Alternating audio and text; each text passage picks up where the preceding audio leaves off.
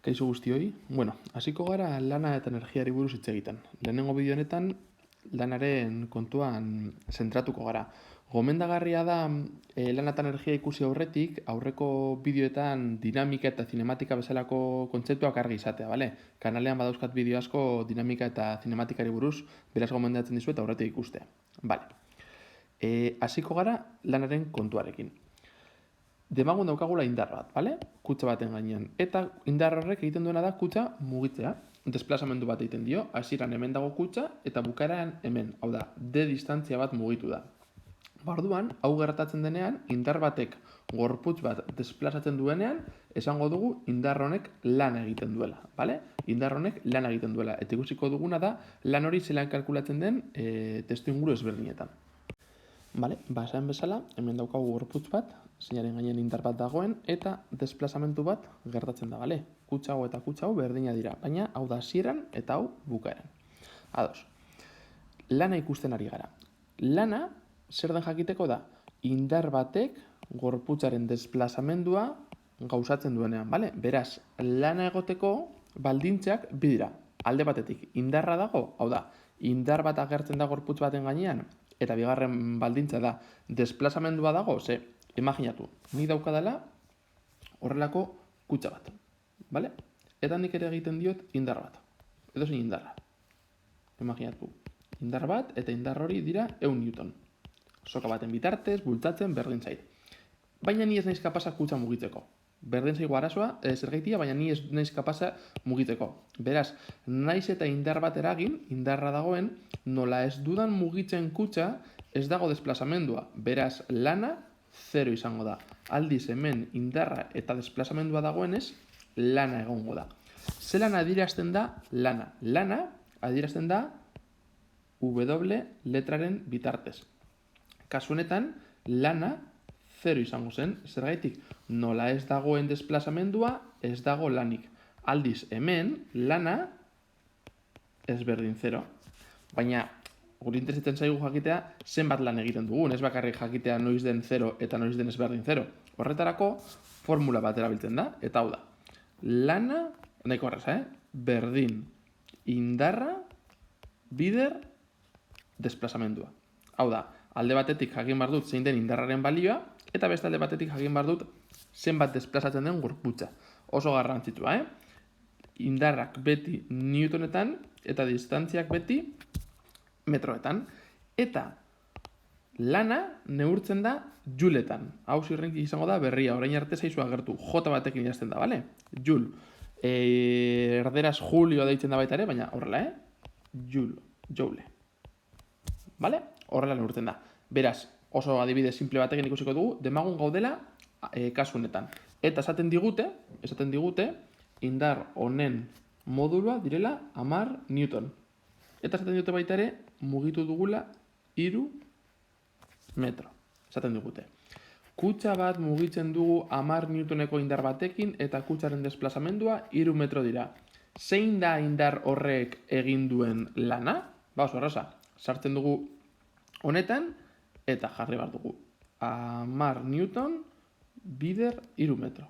10 bider 3 berdin 30. Eta esan dugu emaitza, juletan ematen dugula, 30, jule hori izango zen, gure lehenengo adibideko egindako lana. Imaginatu kasu berri hau, bale? Oso antzeko da horrekoarekin, daukagu kutxa bat, mugitzen dena, desplazatzen dena, kutxa gero hemen egongo da, baina orain, eragiten diogun indarra gorantz izango da. Orduan, pentsatuko dugu, indarra gorantz eragiten diogu, baina kutxa eskuinera mugitzen da. Argi eta garbi ikusten duguna da, beste zerbait egon behar dela, beste indarren bat, guri azola zaiguna, mugimendu hau eragiten duena. Zen nik kutxa bat gorantz tirak egiten badiot, ez daukat modurik eskuinera mugitzeko, beste zerbait egon behar du. Nik kutxa gorantz tiratzen badut, gehienez jota lortu dezaket kutxa gorantz joatea, bai? Baina kasu honetan esaten digute ez dela gorantz joaten, bakarrik eskuinera joaten dela. Orduan, zer gertatzen da? Kasu honetan galdetzen badigute, zein da indar honek egindako lana? Nik pentsa dezaket, alde batetik indarra daukat, 10 Newtonekoa, eta bestetik desplazamendua dago. Bai? Beraz zergaitik ez du zuzenean F bider D egiten eta kalkulatzen dut bere lana. Ze izatez badago beste baldintza bat. Indarrak desplazatzen du, honek esan nahi du, indar hau da desplazamendu honen erantzulea edo eragilea, ze izan daiteke indar bat egotea, desplazamendu bat egotea, baina indar honek ez izatea inolako zerikusirik desplazamendu honekin. Beraz, zen desakako, bale, eta arain ni hasi behar naiz pentsatzen zelan, eta zelan kalkulatzen da hori. Bueno, ez duzue maila honetan oso ondo ulertu behar, maila handiagoetan proiekzioekin eta sartzen bazarete, baina momentuz ez, baina hemen jartzen badiogu kosinu, bale? Kosinu, alfa, eta deitzen badugu alfa, desplazamendua eta indarraren artean agertzen den angelu hau, bale? Nik esaten badut. Desplazamendua dela eskuinera eta indarraren artean agertzen den angeluari alfa deitzen diot. Eta ni lanaren honetan jartzen dut F bider D bider kosinu alfa. Eta orain bai badaukat adierazpen orokorra edozein egoeretan kalkulatuko diguna.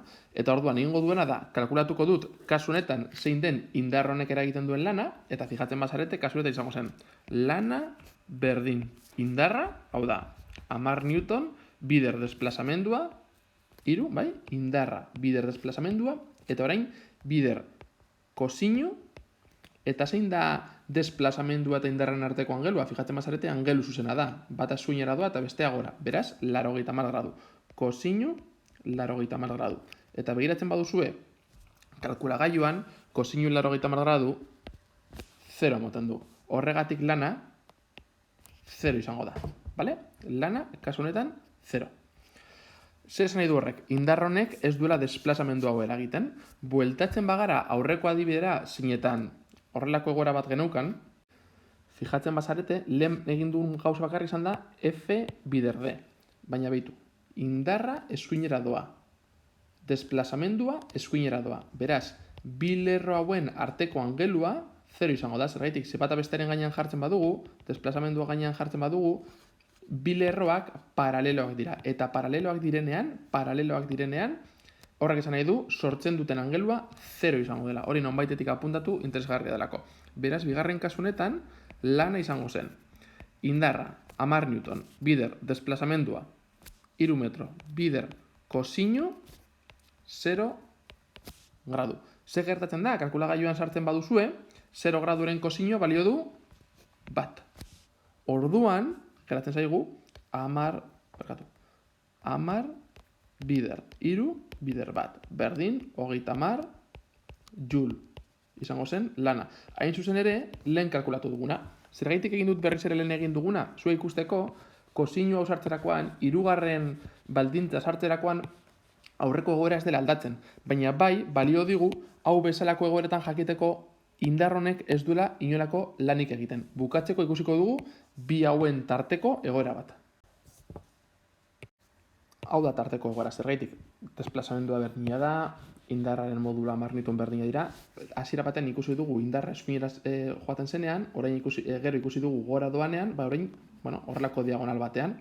Ikusten dugunez, ez da hasierako egoeraren berdin izango. Indar honek alde batetik egingo du eskuinera mugitzea eta gero gora mugitzea, beraz, bere indar guztiak egiten duen lana ez du erabiliko hau. Kosinu sartuko diogu. Indarraren atal batek eragiten du eskuinera mugitzea eta bestea egiten du gora mugitzea. Guri bakarrik interesatzen zaigu eskuinera mugitzen dela, zergaitik desplazamendua eskuinera doalako. Baina formula erabiliz, lana berdin. Indarra bider. Desplazamendua bider. Bi horiek sortzen duten angelua. Indarra dira 10, desplazamendua 3, eta gazonetan jarri behar dugu, kosinu 30 gradu. Egiten baduzue, emaitz emango zue, 25,88 Newton. Eta, Newton ez, joule. Berdin, lana. Eta hau da, gure indar honek eragiten duen lana. Ikusten dugun ez da, 30 baino txikiago, eskuinera joaten zenean, 30 joule egiten zuen, eta gora joaten zenean, 0 joule. Tarteko, hemen 30, hemen 0, hemen 25,88 juleko lana egiten du gure indarrak.